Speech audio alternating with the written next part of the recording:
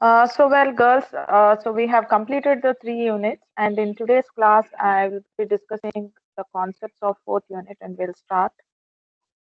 So the content in this fourth unit is it's all about classes and objects. So we'll be looking into the introduction to what is meant by a class and object, getting into the terminology associated with object-oriented programming, then classes, objects, constructor, encapsulation, class method, and self-argument, what is init method, and what is del method, then class variables and object variables, and other special methods, then accessing, okay, so through access modifiers, what are public and private. You also do have protected, which we'll be discussing in inheritance in the next unit. And then built-in functions and attributes, overriding methods, class and static methods. Okay, so these are all the topics that are there in your fourth unit. There are 3 levels. Okay, so in learning a language, the first is the okay, so basic level, and then you have this intermediate level skill of the programming language, and then you have this expert, okay, advanced, or you can say intermediate, or you can say that it is advanced Python. Okay, so all the concepts that we have seen till the third unit comes under the basic programming language. Okay, so you haven't learned anything advanced, but from now onwards, once you are learning these classes and object concept, which is an object-oriented paradigm, because so far you haven't learned all this. All that concepts you have learned are the concepts from C programming, but we just learned how to put it in this Python syntax. But now onwards, we'll be moving into the advanced concepts, and these advanced concepts are the classes and objects. Okay, and then we also will learn exception handling. So this concept is very important for you to say that you are an advanced Python programmer. So if you are learning the first 3 units, okay, you're a basic programmer. Okay, so you're in the first level of Python, first level Python programmer. But learning classes, objects, and then learning exception handling, all these concepts will make you an advanced Python program. Okay, fine. Now let me introduce to you the concept of class and an object. Let us just try to understand it. Object-oriented programming is a better technique than procedure-oriented programming. Uh, in terms of data security, so you can provide more security and more suitable to develop real-world applications. Object-oriented programming, I'll tell you why it is more suitable to develop real-world applications. As to explain the class and object, I'll take an example and tell you. Okay, object-oriented programming runs on 3 principles. The first one is, like, you can say, encapsulation, abstraction, okay, and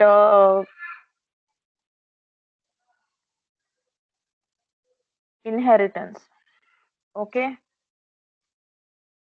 and also polymorphism. So these are all the basic principles of object-oriented programming, wherein the 3 principles are encapsulation, inheritance, and polymorphism, wherein you will write applications which are abstract applications. So these principles, okay, so wherein the encapsulation principle will ensure that data is more secure. Wherein in procedure-oriented programming language, the data moves around freely because you just have either it is a global variable or it is a local variable. In C programming, in C, just have 2 things, right? Either it is global or it is local. But in object-oriented programming language, you can decide whether a variable can be public or private, or it can be protected, or it is default. So the many access modifiers are there which will decide how far a variable can be available to the others. Okay, so that data security is there, and class itself is an example of encapsulation, because you can imagine a class to be a bundle of data and functions binded together. So this encapsulation concept, the purpose of encapsulation is to um, uh, put security, or to give security to the data. Wherein in procedure-oriented programming languages, data security is very less compared to object-oriented programming. And object-oriented programming is more suitable. It is suitable for the real-world applications because you just take a application. It is easy to convert. It is very easy to convert a real-world problem statement into programs. Okay, right. Python has a simple and short way to define and use classes. Then the mechanism of class here is taken from C++. C++ is an object-oriented programming language and Modular 3. Okay, objects are the main two aspects of object-oriented programming.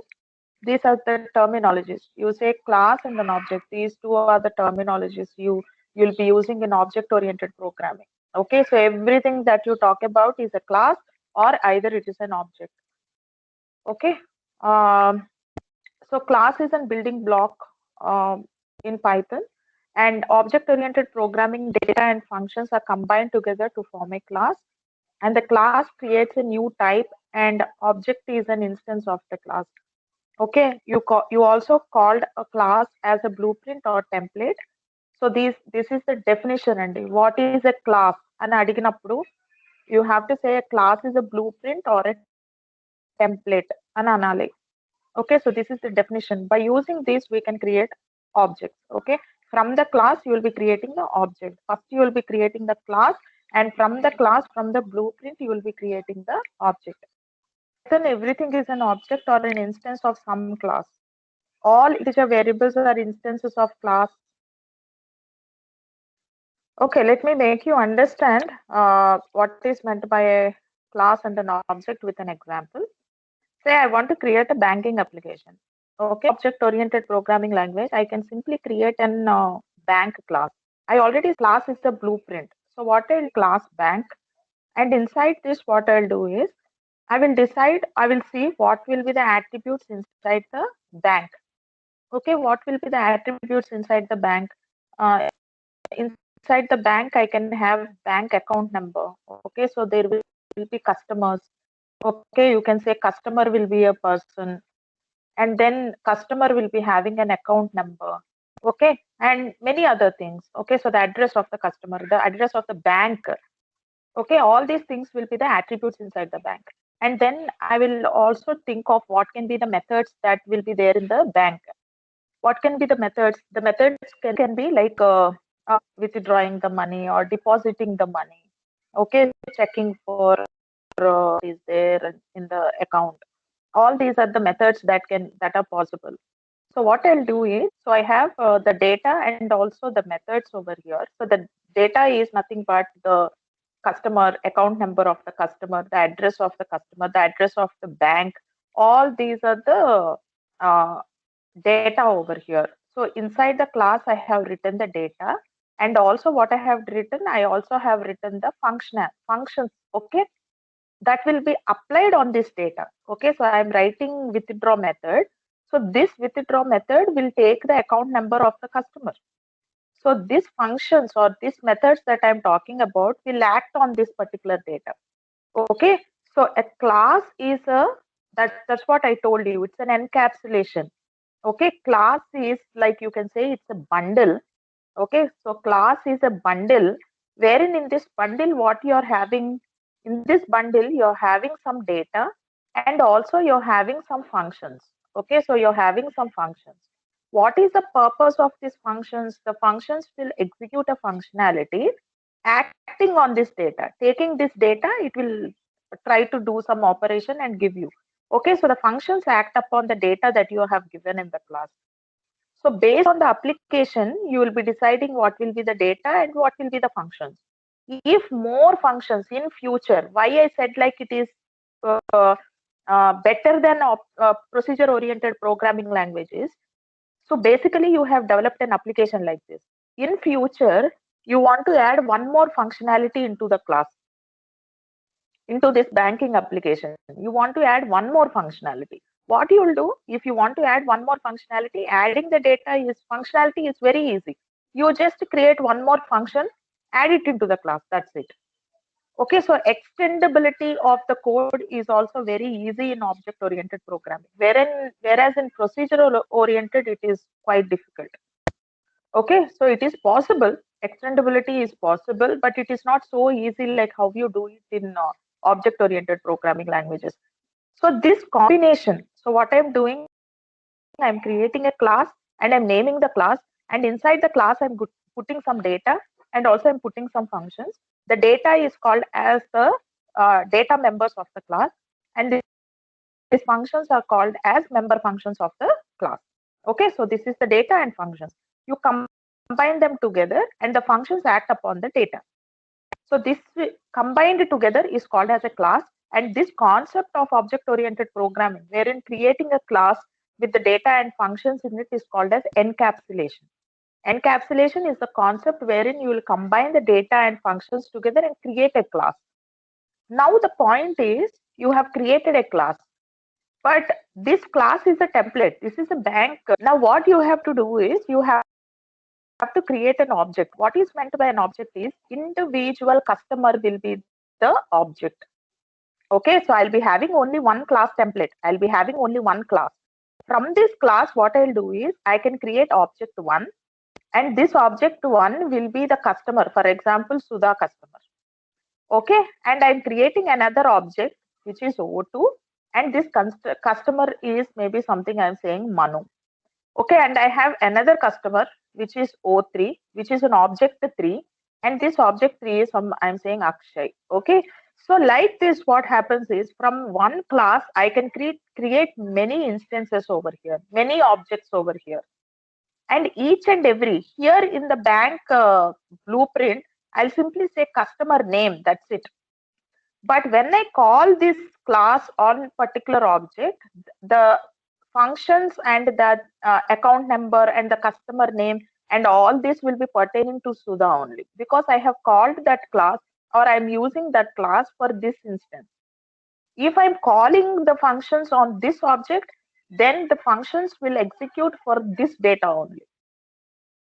If I'm calling the functions, okay, so the withdraw or something on this object, then the functionalities will work for this object only. For Akshay data only, the functionalities will work.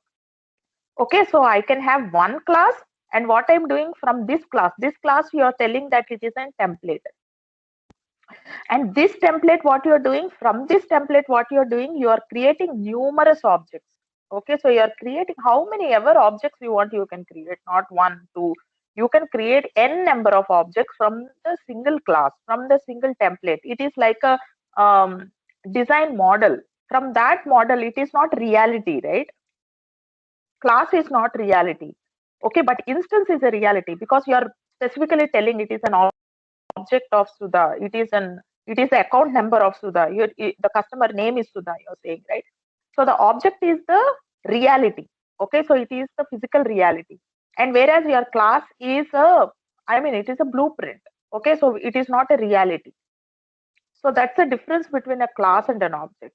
Let me give you, object is also called as an instance of the class. Okay, so the other word is, like I interchangingly will use instance or object. They are synonymal. If I say object or if I say instance, both are same. Okay, did you understand, Ma, what is meant by a class and what is meant by an object now? Yes, ma'am. Yes, ma'am. So data and functions together form your class. And what we are saying, class like blueprints, or we say the template. Okay, so from the classes, you will be creating the objects. Okay, so by using classes, you will be creating objects. How many classes in your programming? But for library is based on the concept of classes and objects, right? This, so there is a particular syntax in Python, because classes definition in Java is different and in C++ it is different. But Python's class definition is quite similar to C++. It's very close to C++ and modular 3. That's what we have seen in the first slide. Python has very simple syntax for defining a class. So this is how you define. So you say class keyword is used, and then followed by the class name, and then I'm putting a colon there, and then the statements over here. Okay, so these statements can be the data or it can be the functions. Okay, fine. And then class can be defined in a function or with an if statement. Okay, so we'll see all that examples later.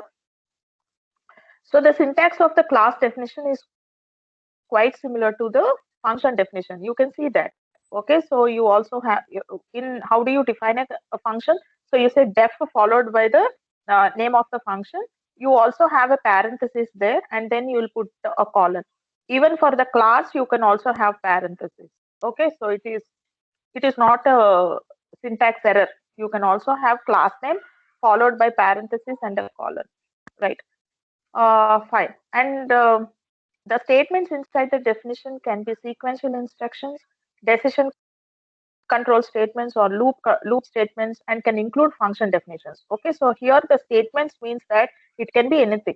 Okay, so it can be a decision, or it can be a loop, or it can be a functions, or anything can be here. And variables defined inside the class are called as class variables. This again inside the class are called as class methods. Okay, so the methods and data combined together forms your class. Class variables and methods together are known as class members.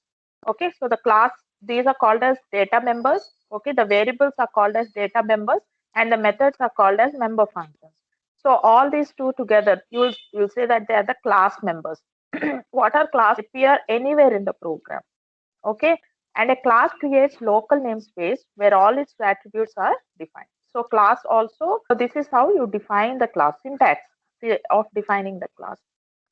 Now, how do you create an object? Okay, after creating the class only, you have to create the object. So instance will be created only after you create a blueprint, right? So after creating the class, you will be creating the object. But here, during the creation of the object, you will be having two syntaxes here to study. One syntax is how do you create an instance, and the second syntax is using the object after created. After creation of an object, you'll have an object, right? Using the object, how can you access the members of the class? So that is having a different syntax. Fine. Okay, so you'll be creating an object and using that object, you will be accessing the data or the functions of the class. So for that, you're having a different syntax. Once a class is defined, we have to create an object. Okay, that's what I told you. An object can access class members by using the dot operator. Okay, so the dot operator is used to, you can see here, in this particular syntax, you can see clearly. Okay, so object name, and then you have a dot, and then the class member name. Okay, so this is how you access the members of a class. Who are the members of a class? Data and functions. Okay, to access the data, to access the functions, you will be calling it on the object. Okay, so say if the object name is O, I'll say O dot some data, whatever it is, X or Y or whatever, I'll say O dot X. If I want the function, say there is a function which is fun, so I'll say O dot fun. Okay, so this is how I access the data and the functions of a particular class. To access O has to be created. How I create an O? I'll say object is equal to, name of the object can be anything. It should be a valid identifier. That's it. Okay, it can be A, B, or X or Y or whatever. Okay, anything, but the object name should be a valid identifier. So I'm saying object underscore name is equal to class name and then parenthesis over here. So this is how I create an object. I can create n number of objects like this. Okay, I can also use loops to create n number of objects. So let me show you an example wherein I have created a class and also I created an object and also I have access to the member of the class. All the three things are shown in this program, which will be a simple program for you to understand. So how do I define a class? So I said class, which is a keyword, followed by the name of the class. Here the name of the class is A. And then I'm putting a colon here. So this is the syntax of how you write the class header. So I say class followed by the name of the class. Here the name of the class is A and then a colon. And class will have its own indentation, like how your functions and if and all that have. So it will have its own block. Now inside the class, I'm saying v is equal to 20. Okay, so this v is equal to 20 is the class variable, is a class that it's a data member of class A. Okay, so V is equal to 20. So I gave 20 over here for V. Okay, so ikkadato me class definition అయిపోయింది. After that, what we are doing, we are creating, this step is creating an object. How you are creating an object? I'm giving a name of the object. So I said obj is the name of the object is equal to, then I'm calling the class. Okay, so I said A, and then you need to have some parenthesis over here. This is mandatory. Okay, so you need to have parenthesis. So I say obj is equal to A. Okay, and what happens as soon as I do this is, the object of this particular class will be created. Okay, so obj of A will be created. OBJ. Okay, so it is like as soon as you create a house from the real house, from the blueprint, it is like an object is created. Okay, so that you can imagine over here. So OBJ is equal to A. As soon as this step is executed, an object of class A is created. Class B, which is having different data and different functionalities in it. But if I say OBJ is equal to, then I'm saying B class, the object will be of class B type only. I cannot say, I cannot access this, use this object to access the members of this class. Okay, we'll discuss how it is possible in access modifiers. But as of now, just understand that objects of one class will be able to access only members of that class. This is of A type of object. This is of B type object. Okay, bj dot v. So this is how you will be accessing the members of a class, right? So I gave you the syntax. The syntax is object name dot the class member name. So here v is a class member, so I'm calling it on the object v, obj. So I'm saying obj dot e. It can be obj or x, and one of the principles of object oriented programming, which is data abstraction. Okay, the definite, this is hide the internal functionalities of the function from the user. Box for you to know the definition of abstraction, because interview question providing only the essential features and hiding the implementation details. Let me give you an example of a car. Okay, so let me make you, okay, so what is an accelerator, what is a brake, and what is a clutch and all that, and when and all you use the clutch, how to use the brake, and how to use the accelerator. That's it. Okay, and based on the dynamic situations, okay, so how the people are coming or the vehicles approach you, I'll be stepping down or stepping up the accelerator, and whenever it is needed, I'll be pressing on the brake. Okay, so that I don't run into somebody else's vehicle or I don't hit somebody, so I'll be pressing on the brake. Here what I did while learning driving, what I learned is, I just learned on how I can use. Okay, so I just learned the usage of these things, like how to use accelerator, how to use the brake, and how to use the clutch, and I just learned the functionalities. That's it. Okay, but if you go into the internal functions, okay, to drive the car, did I learn anything internal functioning of this? Okay, the internal functioning is what will happen as soon as I press the accelerator. Maybe some petrol will be going into the engine, and the engine will pick up and all that. Something will be there inside, so some gear functioning is happening. Okay, so shifting of the gears is happening. Will we learn all that while driving the car, while learning driving the car? Is it necessary for somebody who drives the car to know all that? No, ma'am. No, ma'am. It is not needed. Okay, so it is not needed. I don't need to learn all that. Not needed at all. I don't need to know the functionality of the engine. I don't need to know how many gears are there. I don't need to know like how much petrol is pumped or how much it is pumped, and I don't need to know anything about that. I just need to know that how to use these things that are needed for me, how much ever is essential for me, only that I am learning. Okay, to use that vehicle, to use the vehicle, because I need to use the vehicle. To use the vehicle, how much ever operation I need, that much only I'm learning. That is what is called as essential details. only the essential details you will be giving to the user, and you won't be showing what is the implementation. To actually manufacture a car, many things would have gone into it, many assembling, many different parts would have been manufactured and they would have assembled, and a proper car is in front of you, but you don't require to know the internal functionalities of the car.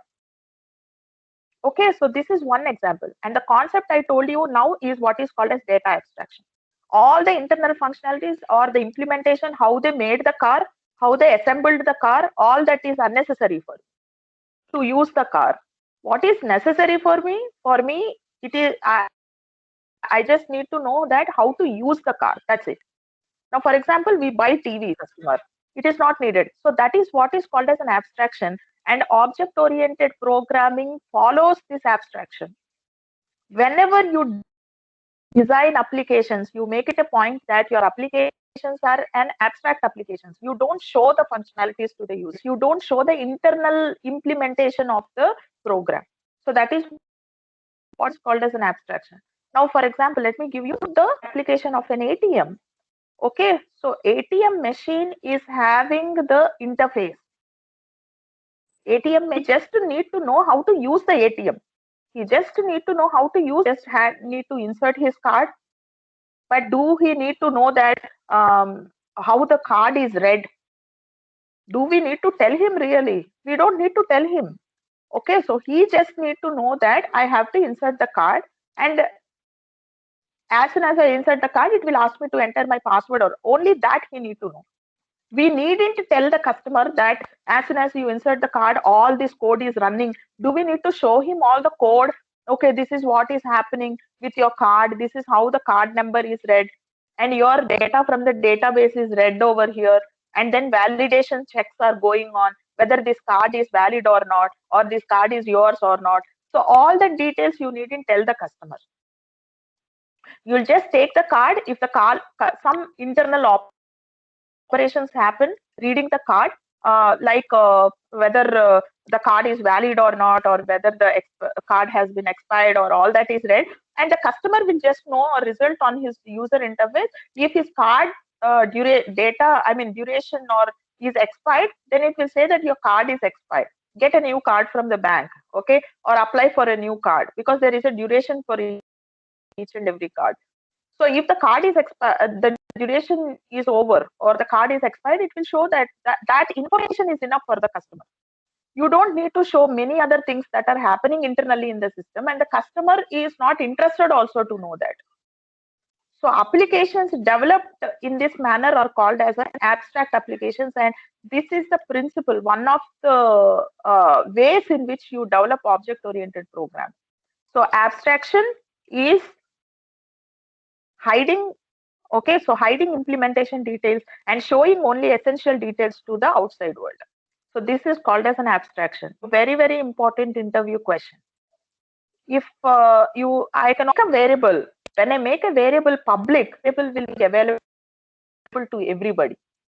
If I make a variable private, it will be only available within the class. Some other class cannot access. For example, I say class A, inside class A, I'm having a variable X. This X, if I'm making it private, meaning that only the objects defined of class A can access that X. Nobody else outside class cannot access that X. If I'm making it protected, then in inheritance it can access. The child class can access the parent class method or a variable, any of the attributes that we are talking about. So this kind of facility you have in object-oriented programming, and that is what is called as encapsulation, wherein I said like encapsulation provides data security because you are binding the data and functions together, and then you give this access modifiers to the data members and also the functions. You mentioned, okay, so this concept is called as encapsulation. What is an example of encapsulation? Example of encapsulation is your class. Class is an example of encapsulation. Okay, it's like a capsule. When we get fever, okay, right. In the afternoon,